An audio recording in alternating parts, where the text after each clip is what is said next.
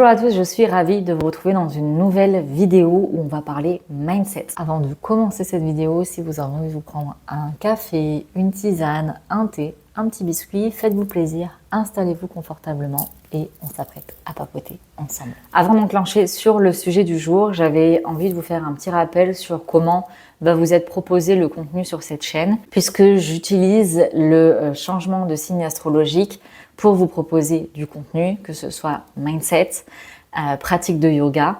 Et donc, chaque mois, à chaque fois qu'on va changer de signe, je vais vous proposer une vidéo de mindset en lien avec le signe astrologique et également une pratique avec une salutation au soleil et d'autres postures, d'autres variantes à chaque signe pour nous connecter à l'énergie de ces signes-là.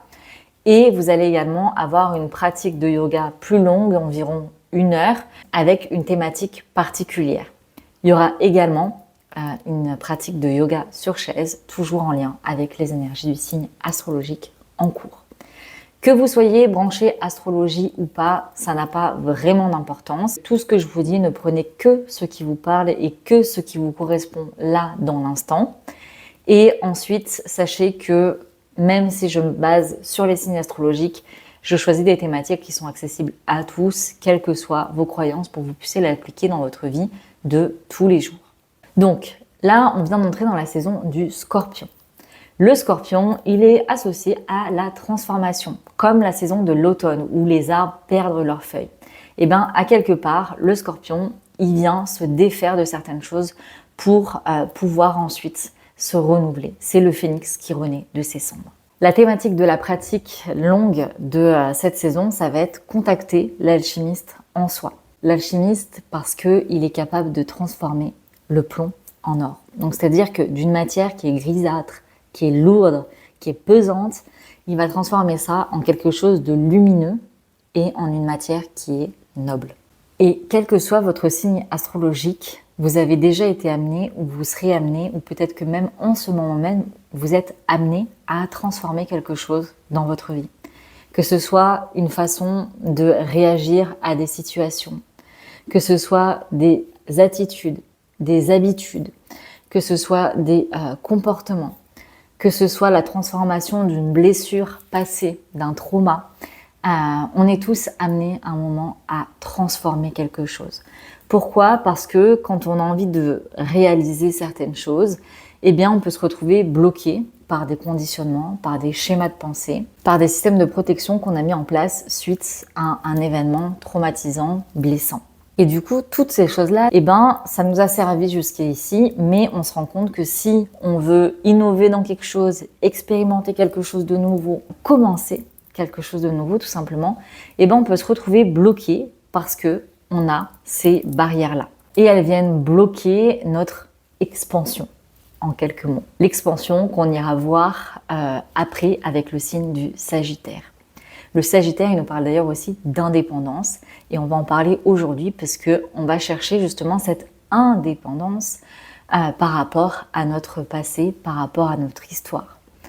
Parce que, qu'on se rend compte ou non, tous ces conditionnements, toutes ces limites, toutes ces barrières, eh ben, elles sont issues de notre histoire, de notre cadre familial, de notre environnement sociétal, qu'on a, encore une fois, mis en place de manière consciente ou inconsciente. Même par rapport à, comme je l'ai dit, des événements traumatisants qu'on a vécus. Pourquoi je dis de manière consciente ou inconsciente ? Parce que des fois, c'est vraiment de manière consciente qu'on met ça en place. Peut-être parfois pour s'opposer à un mode de fonctionnement qu'on a subi et qu'on ne veut plus subir.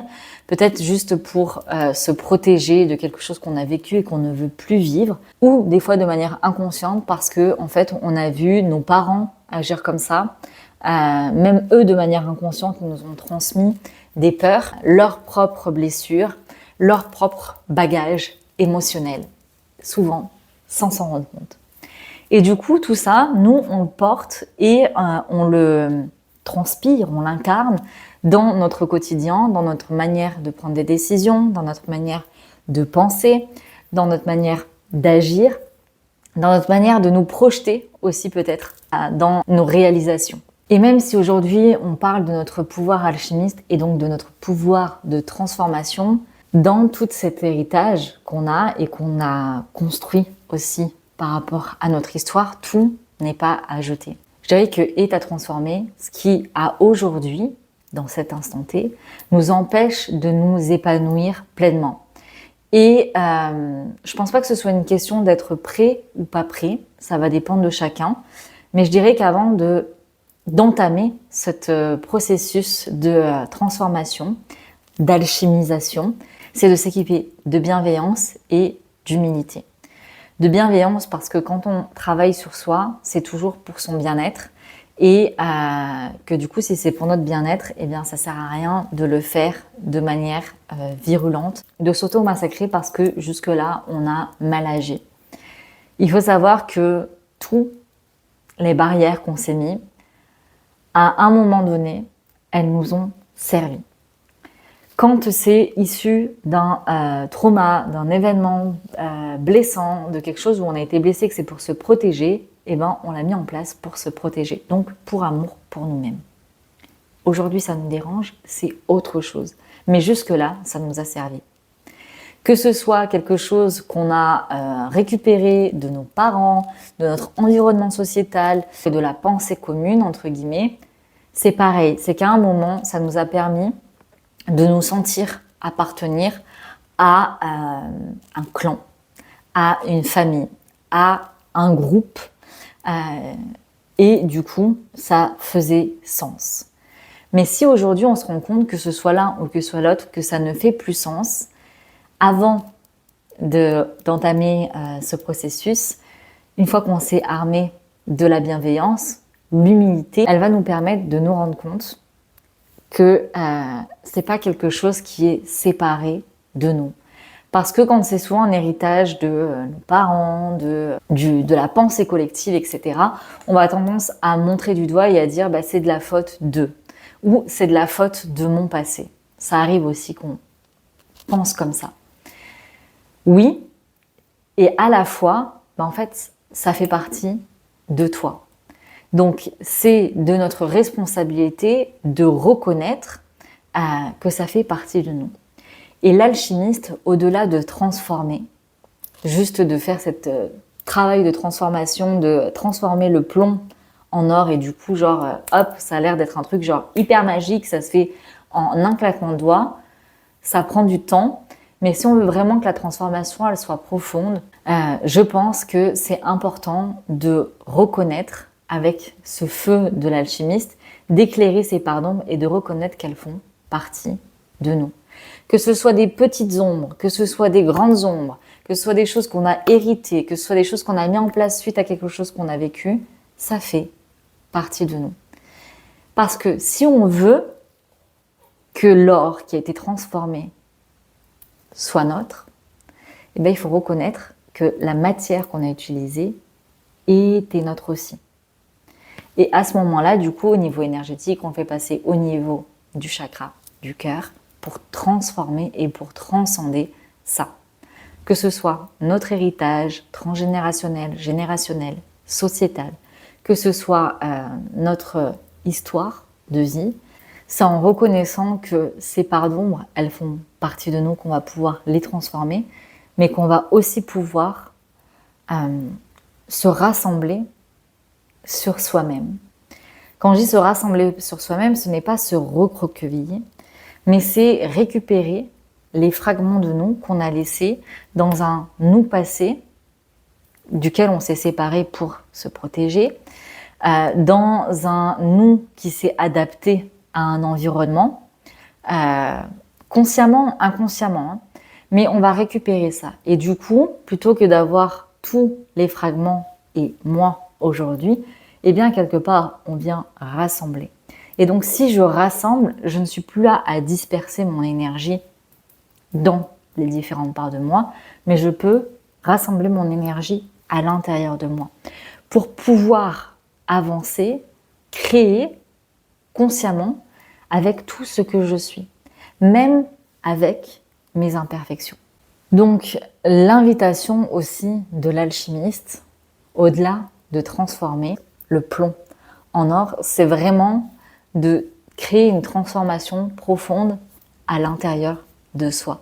Et du coup, c'est pour ça qu'il y a besoin d'humilité, c'est pour ça qu'il y a besoin de bienveillance, vraiment les deux ensemble, pour pouvoir regarder, reprendre la responsabilité de ce qu'on a laissé faire, de ce qu'on s'est obligé à faire aussi, encore une fois, sans se montrer du doigt, et de regarder vraiment avec bienveillance et honnêteté le pourquoi du comment on a fait ça, pour pouvoir le transformer.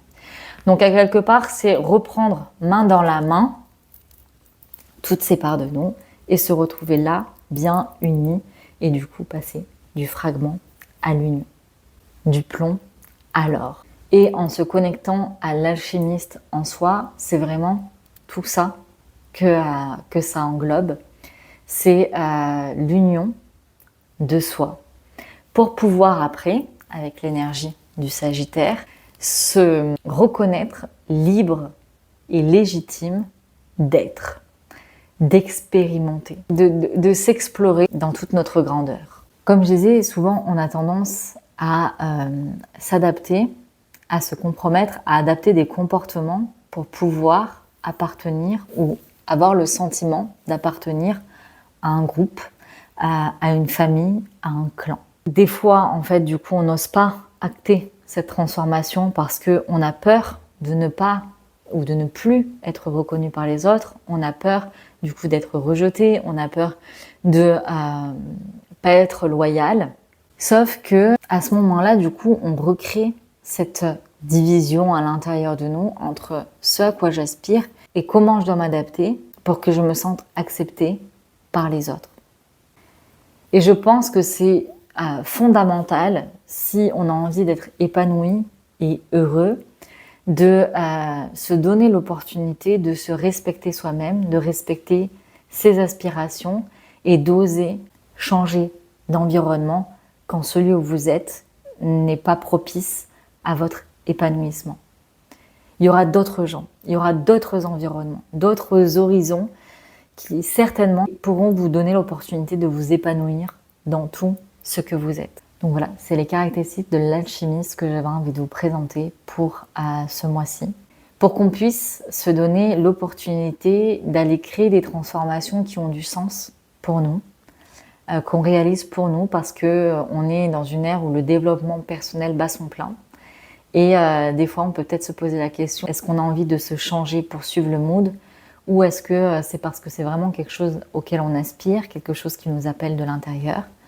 Si c'est le cas, de le faire à notre manière, tout en respectant qui l'on est dans notre essence, en faisant preuve d'honnêteté, d'humilité et de bienveillance vis-à-vis de nous-mêmes dans ce parcours de transformation. Une chose qui est importante à se rappeler, c'est que nous sommes capables de beaucoup plus que ce que nous pouvons l'imaginer. Donc, autorisons-nous à transformer ce dont on a besoin de transformer pour accomplir ce que nous voulons accomplir. Ne nous laissons arrêter par rien ni personne lorsque le chemin est dicté par le cœur. Ça, c'est vraiment quelque chose de très, très, très important. Suivez votre cœur, toujours. C'est la boussole qui ne vous trompera jamais, même si la raison est incapable de le comprendre. Soyez honnête envers vous-même, fidèle à ce que vous êtes, parce que quoi qu'on ait pu vous dire, quoi qu'on ait pu vous faire croire, vous êtes vraiment des êtres doués de naissance. J'espère que cette vidéo mindset vous a plu. Si c'est le cas, n'hésitez pas à mettre un pouce vers le haut, à commenter. On échange dans les commentaires tous ensemble. Je vous dis à tout bientôt et namasté.